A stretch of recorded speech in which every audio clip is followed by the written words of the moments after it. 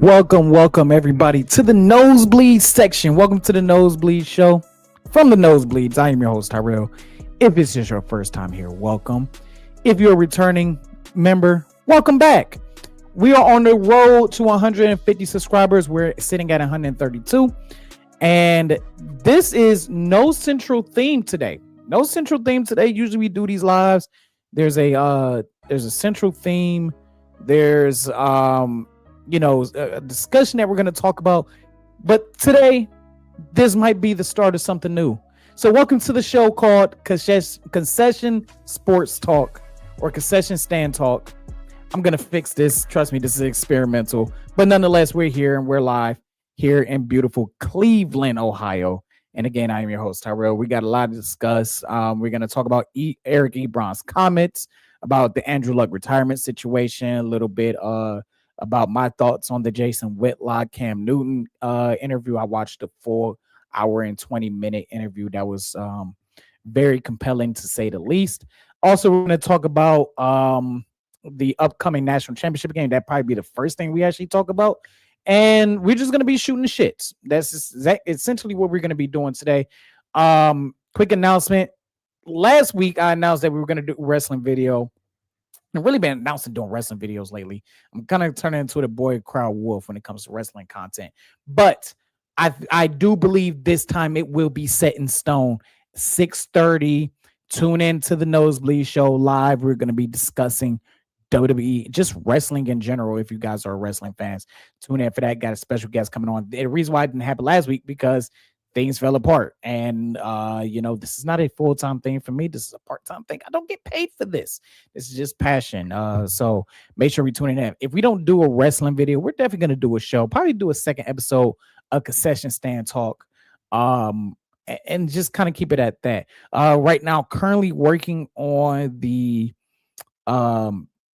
biggest draft bust since the year 2000. Currently working on that right now. Currently working on the quarterback video, judging and ranking every single team's franchise quarterbacks in the Super Bowl era. So be excited for that. That's going to be a multi-part. That's going to be a series video with a new playlist. So check that out as well. Check anything out on the channel.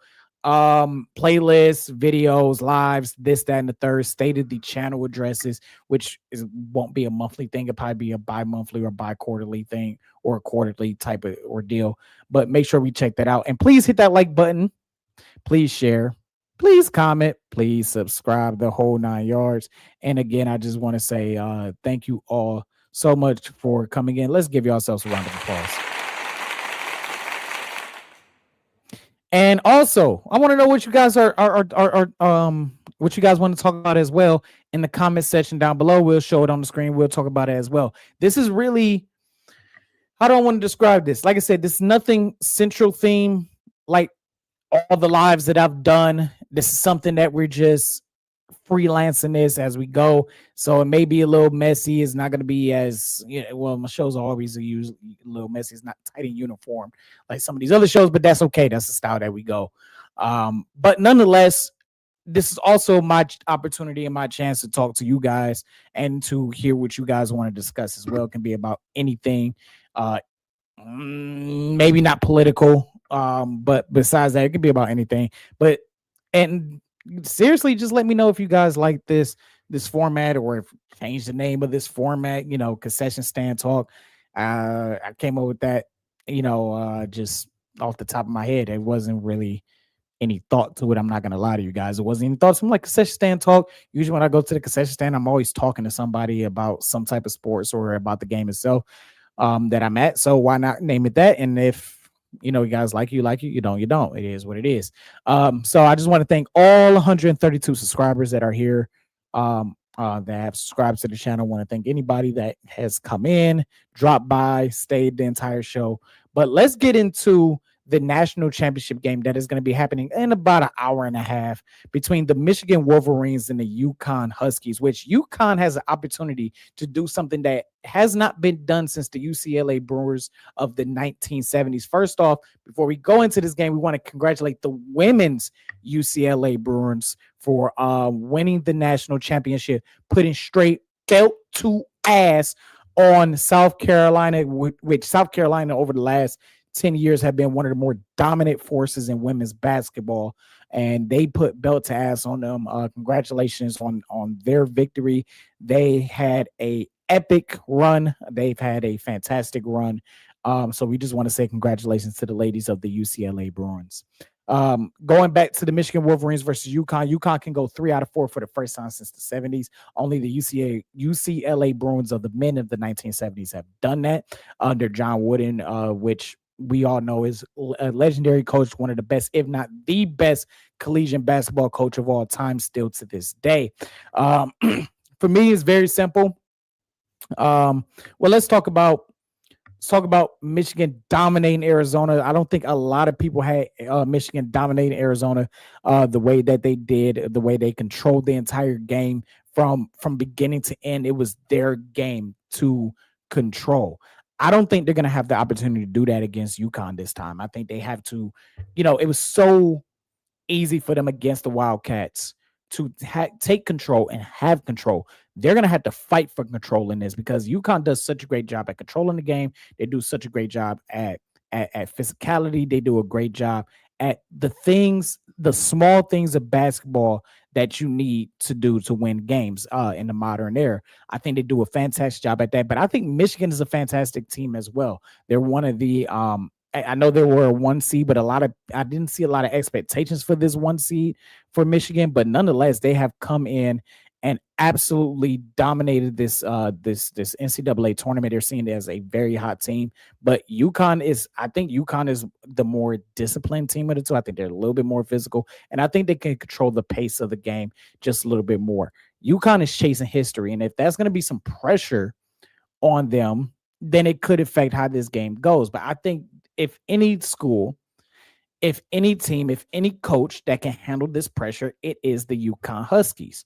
And for that, I am going to go with UConn. I'm going to go with UConn to win a very close game. I think this is going to be an absolute barn burner, fantastic game here between these two teams. UConn, actually, Michigan is the 6.5 point favorites, but I got UConn winning this game. I think UConn can get the win. I don't think it'd be much of an upset if UConn can win. I think UConn can close out the job and win 3 out of 4. So let's go ahead and let's switch the discussion over to Eric Ebron's comments about Andrew Luck, more specifically about the retirement of Andrew Luck. As many of you guys know, Andrew Luck retired in the middle of the preseason game, or it broke in the middle of the preseason game against the Chicago Bears back in 2019, right in the middle of a lot of people's fantasy drafts. I remember there's an infamous video of O.J. Simpson had just drafted Andrew Luck as his starting quarterback in his fantasy team, and then it came out like an hour and a half later that Andrew Luck was going to retire thanks to Adam Schefter, which Luck wasn't happy about because he wanted to let things smooth over and he wanted to do it on his own terms, and it kind of got ripped away from him. But this is Eric Ebron, which we never heard this story before. Never heard this story prior to this. A lot of people took this for face value. I was a little skeptical on it, but nonetheless, this is Eric Ebron on Chris Ballard essentially forcing Andrew Luck to retire. Sure, that's on the screen. Okay. Andrew Luck and I both got bone spurs in our ankle going into 2019. His is in the back, mine's in the front. We're in cahoots about what are we going to do? Are we going to play or are we going to, get the surgery? If we get the surgery, we're going to miss the first 3 games. We're trying to win the Super Bowl this year, D-Led. We have the best team in football 2019. They're begging me. They're like, Ebron, you can't get surgery on your ankle because we have a mission. We have something we need to do. The staff got so mad at Andrew because he was bringing them in and not listening to their protocol. Andrew then decides that he's so tired of injury and he just doesn't want to do surgery. You know who the man is around there that gets on everybody's nerves? Big Draws over there behind that desk. He tells Andrew, you're either playing this year or we're moving on. Who the would tell Andrew Luck that? That's crazy. I never knew that. That's crazy. Andrew Luck now says, I'm not going to be ready. I'm tired of playing with pain. I retire. We all find that out, what, week 3, and we play in the Chicago Bears? Mid-game, bro. Mid-game, we find out we're not going to have our starting quarterback for that year. Andrew Luck and I. Yeah, we all found out that they was not going to have your starting quarterback for that year. But here's Andrew Luck's rebuttal against that, which was published by NFLnetwork.com. And it says right here, two retired Indianapolis Colts disagree on how things went down leading up to Luck's franchise-altering decision back in 2019, which was very true. I mean, Chris Ballard came in there essentially like redid or tried to fix up what Ryan Grigson debacled and botched up and butchered or whatever you want to call it. And they pretty much had built a good offensive line around him. They had got him some weapons.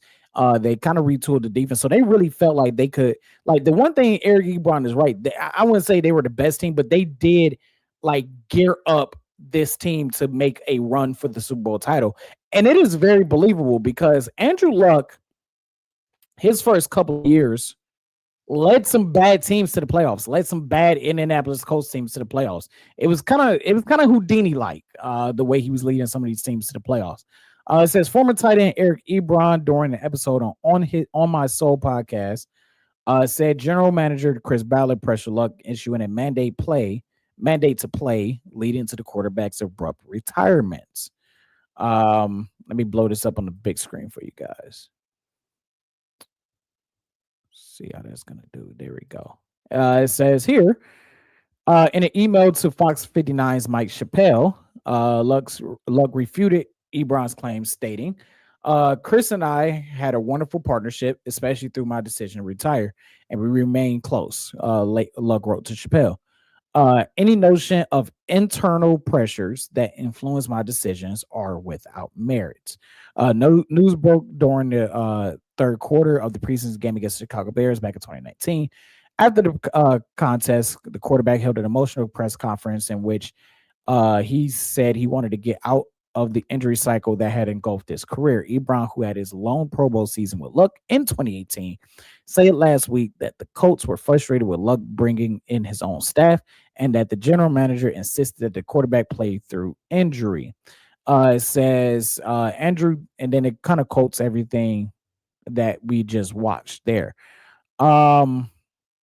And then the rest of it is just a opinion piece. Like normally disagreements between foreign players wouldn't rise to the level of notability. However, the discourse underscores that the fallout from Luck's retirement continues to hover over the franchise like a thick smog. The fact that Ballard has never been able to fully replace Luck has plagued the franchise. Absolutely. The team is hoping to bet big with Daniel Jones can finally be the answer. The Colts have made the playoffs twice since Ballard took over as general manager in 2017 and missed the postseason the past 5 years despite playing in winnable AFC South. Pressure is on the general manager to finally get over the hump in 2026, or the club might decide to go the other way. Absolutely. And it's also been like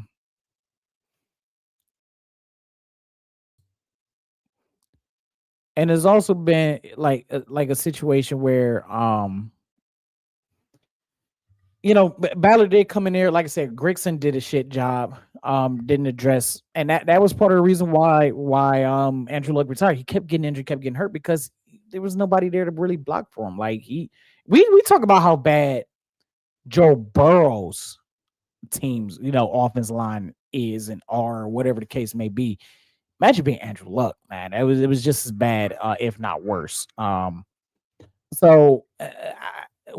way I would lead is just more towards Andrew Luck. Like Andrew Luck in a very political, PR, calm way, basically told the entire world that Eric Ebron is full of shit and you shouldn't listen to him. Okay.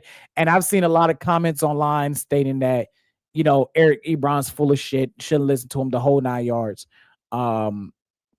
And everything like that. So I don't considering the fact this is our first time hearing this, especially with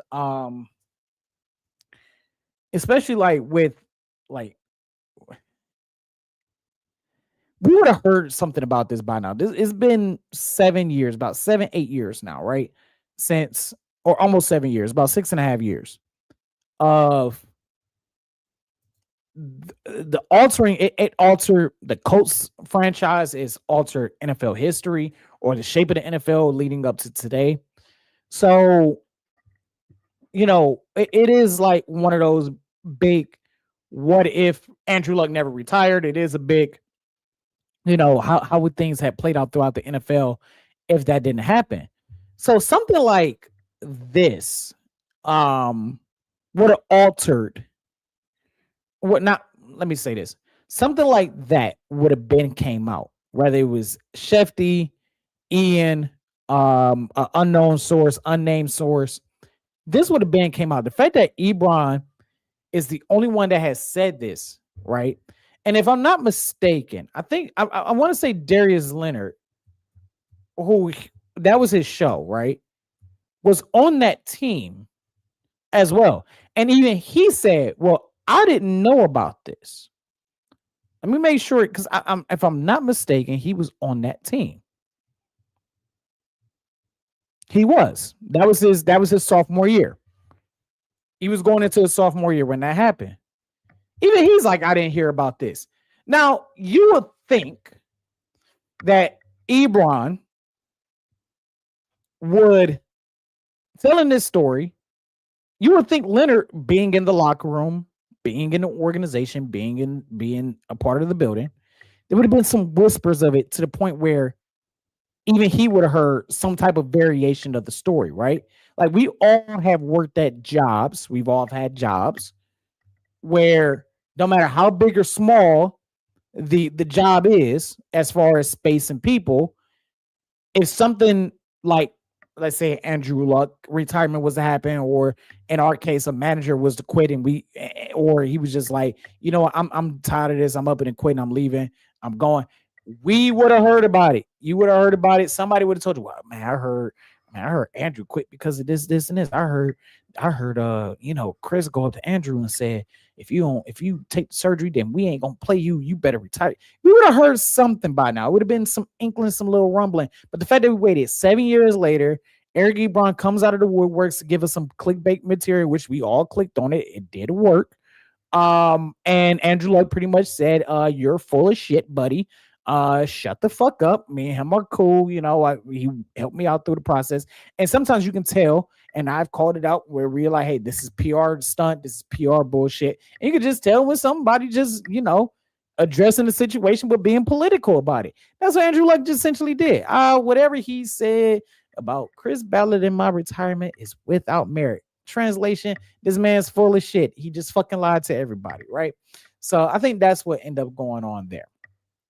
And it is interesting to see what has transpired with the Colts. I mean, between Jacoby Brissett and Anthony Richardson and Daniel Jones, which that was looking real sharp at first, and it didn't happen. Phillip Rivers twice, Matt Ryan, Carson Wentz. I mean, they've had just as many quarterbacks as the Cleveland Browns have had. That should tell you something about how altering and how hard it is for a franchise to find a quarterback. Like, I'm pretty sure if Luck would have retired in March or in February of that year, they would have probably been more prepared for this, at the time. But it's just this revolving door trying to find the guy. And they think they found it with Daniel Jones, but time will tell if that was just a short stint or this Achilles is really going to do, like, whether it's physical or mental irreparable damage. You know what I'm saying? Because you tear an Achilles like that, you might not feel like you can play like you once have. So I'm very curious to see how things are going to shape up for the Indianapolis Colts. And to be honest with you, if I'm the Colts, I mean, you kind of saw some positives out of Roddy Leonard in that game against Houston, when Houston was like still fighting for some seeding rights. But at the end of the day, it's one of those things where I gotta side with Luck with this one. I think it's a load of crap. I really do believe I do believe that it's a load of crap. So here's what I'm gonna do. I'm gonna be right back. I'm gonna go get me a fresh bottle of water and just enjoy some music.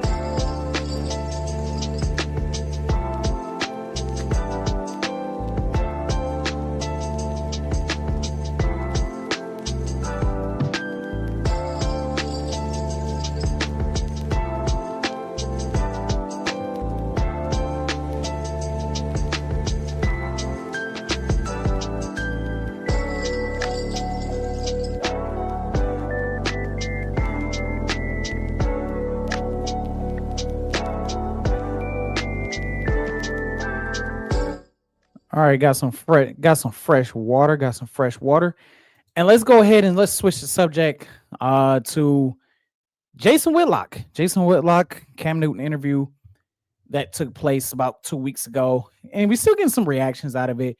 Stephen A. Smith did what Stephen A. Smith did. Ryan Clark responded. But I think it's interesting because we got something that I think we needed, and that was just two men that disagree with each other that came to sit down and to talk with each other. And I don't think that there's nothing wrong with that. Clearly, we know Stephen A. responded, and a lot of the traction was because of the simple fact that that Jason Whitlock had things to say about Stephen A. Smith. But I do find it funny that Stephen A. Smith has always got his guard up when it comes to Jason Whitlock. Um, I think it's a little deeper than just this saying. I just think it's Stephen A. Smith getting caught out. That's just me. So, I mean, I guess I don't have really much to say about it. Um, yeah, really ain't got much to say about it. So like I said, this is the very first of this show. This is just, I don't know, combining everything, putting some content out there. Yeah, really don't have much to say today, which is funny. I'm trying to avoid Cleveland Browns talk as much as possible. Um,